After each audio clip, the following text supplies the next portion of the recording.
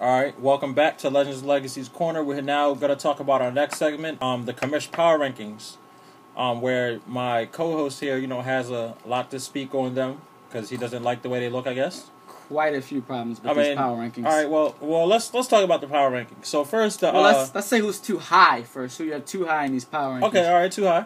All right, can we just play and let's get this out of the way. Yes, the Redskins are undefeated. Okay, true. Yes, they've won a couple games. True.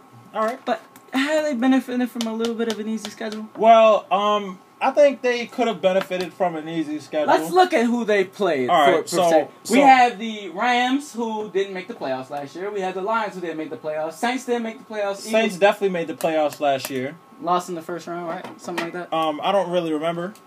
Yeah. But let's keep it in perspective. They play against the Eagles. They play against the Giants to good win. Well, that was actually a sim win. That was the team, not really the coach. Matter, but really they heavy coaching. Beat the Giants. They beat the Giants. The Ravens, who've always been terrible, and the Cowboys. But the Cowboys have had the #1 ranked D though.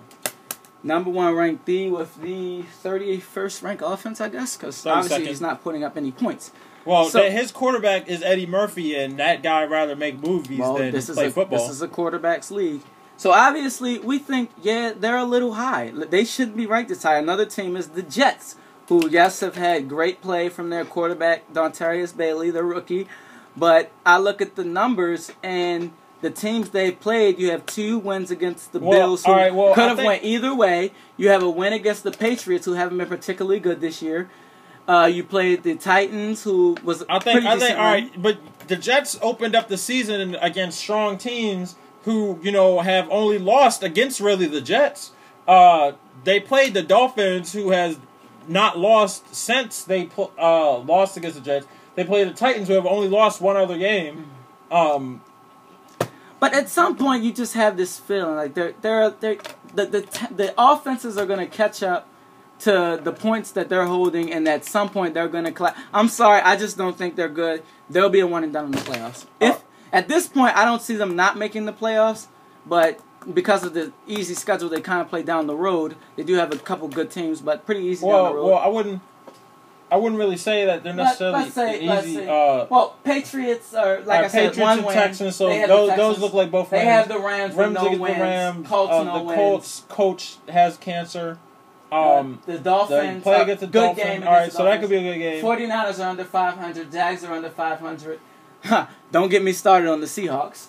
And the Steelers, who haven't won a game in years. So the Jets are looking to maybe win majority of the second half of their games. But like I said, we'll be one and done, benefiting from a bit of an easy schedule. And that takes me to a couple more of my overrated teams who shouldn't be in the top 10. The Bengals.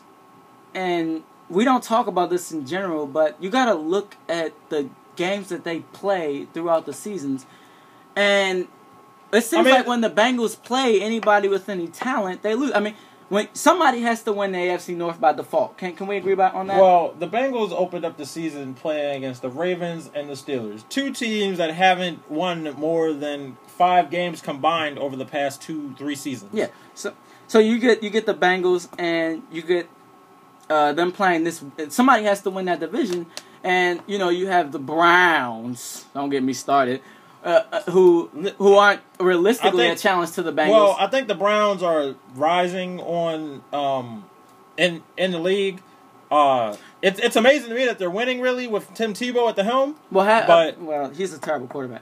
But they run a lot of options and other type of junk. Football. Well, I mean, this is just and this brings me more to that's how the Browns is winning though. They're winning running the option with. I mean, they have Vince Young at quarterback. Like, who is that guy?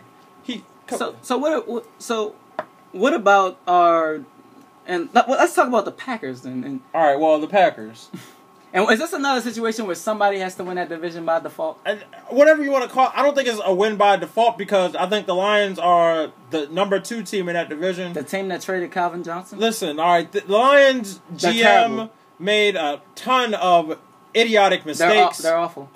Listen, the team's not awful. They're terrible. They're a little below 500. Last year, they were 1 game from making it to the playoffs. So I wouldn't call it terribly poor. I call it playing in the NFC. They have a pretty playing in the NFC. Yeah, the weaker of the two conferences. Oh, whoa! The NFC is definitely a stronger conference than the AFC. What are you fucking talking about? Definitely not.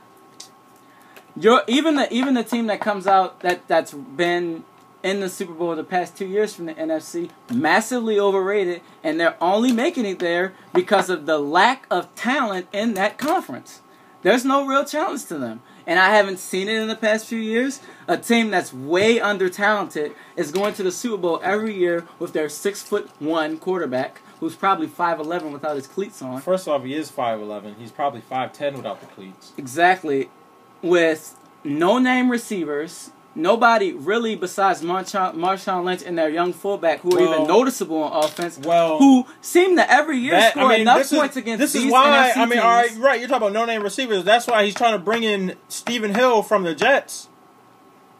Which is going to be tough to do because why on earth would the Jets trade a superstar in the making to a team that obviously has a deficiency? Well, when the Jets the word going around the league, I got some insight the other day that I'm hearing 2 first-round picks, one of them a potential top 10, and a young Golden Tate as a replacement. But obviously the Jets have the leverage here, right? Because there is a lack of talent on these Seahawks team that has been mirrored or hidden by the fact that there's a lack of talent in the NFC, and that they have no legitimate Seahawks, threats. Listen. To defense wins championships. The Seahawks have that defense. All right, they have like 30 sacks, 34 interceptions. Let's talk about that. Richard Sherman has 9 picks on his own. Yes, the Richard Sherman who says that he's better than Darrelle Revis. How many of those picks that Richard Sherman got have come against these NFC West teams that don't do anything but throw the ball, and these other NFC teams that think that running the ball is taboo or something, and they throw a bunch of passes against one Listen. A lot of teams do think running the ball is taboo. All right, only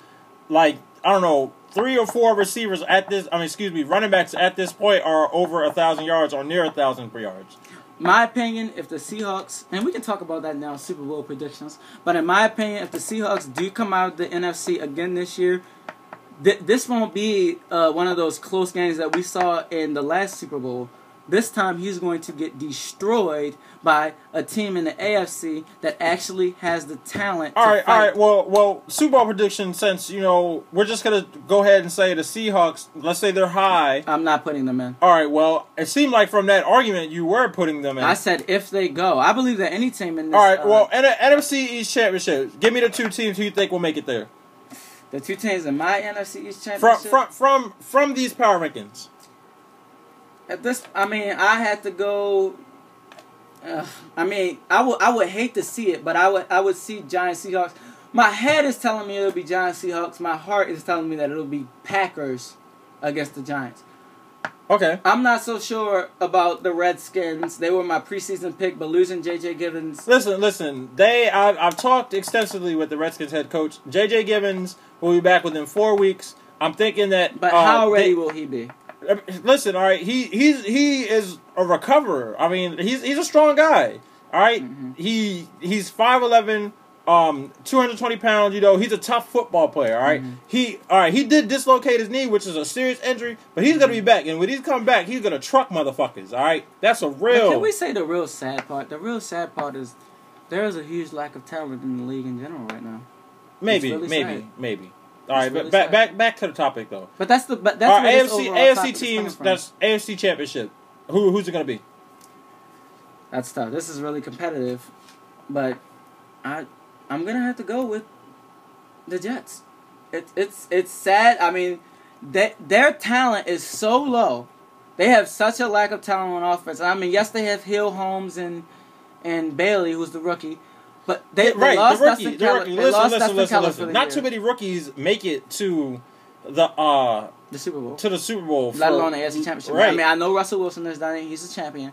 But like I said, I think that has to do more with the lack of talent and a choke. All right, well, since you're going to go ahead and say the Jets, I'm going to go ahead and say the Jets and the Chiefs. Flat, straight like that. For the AFC Championship. Yeah, for the AFC Championship. We're out of time for this segment, but thank you for tuning in. Legends and Legacies Corner, out.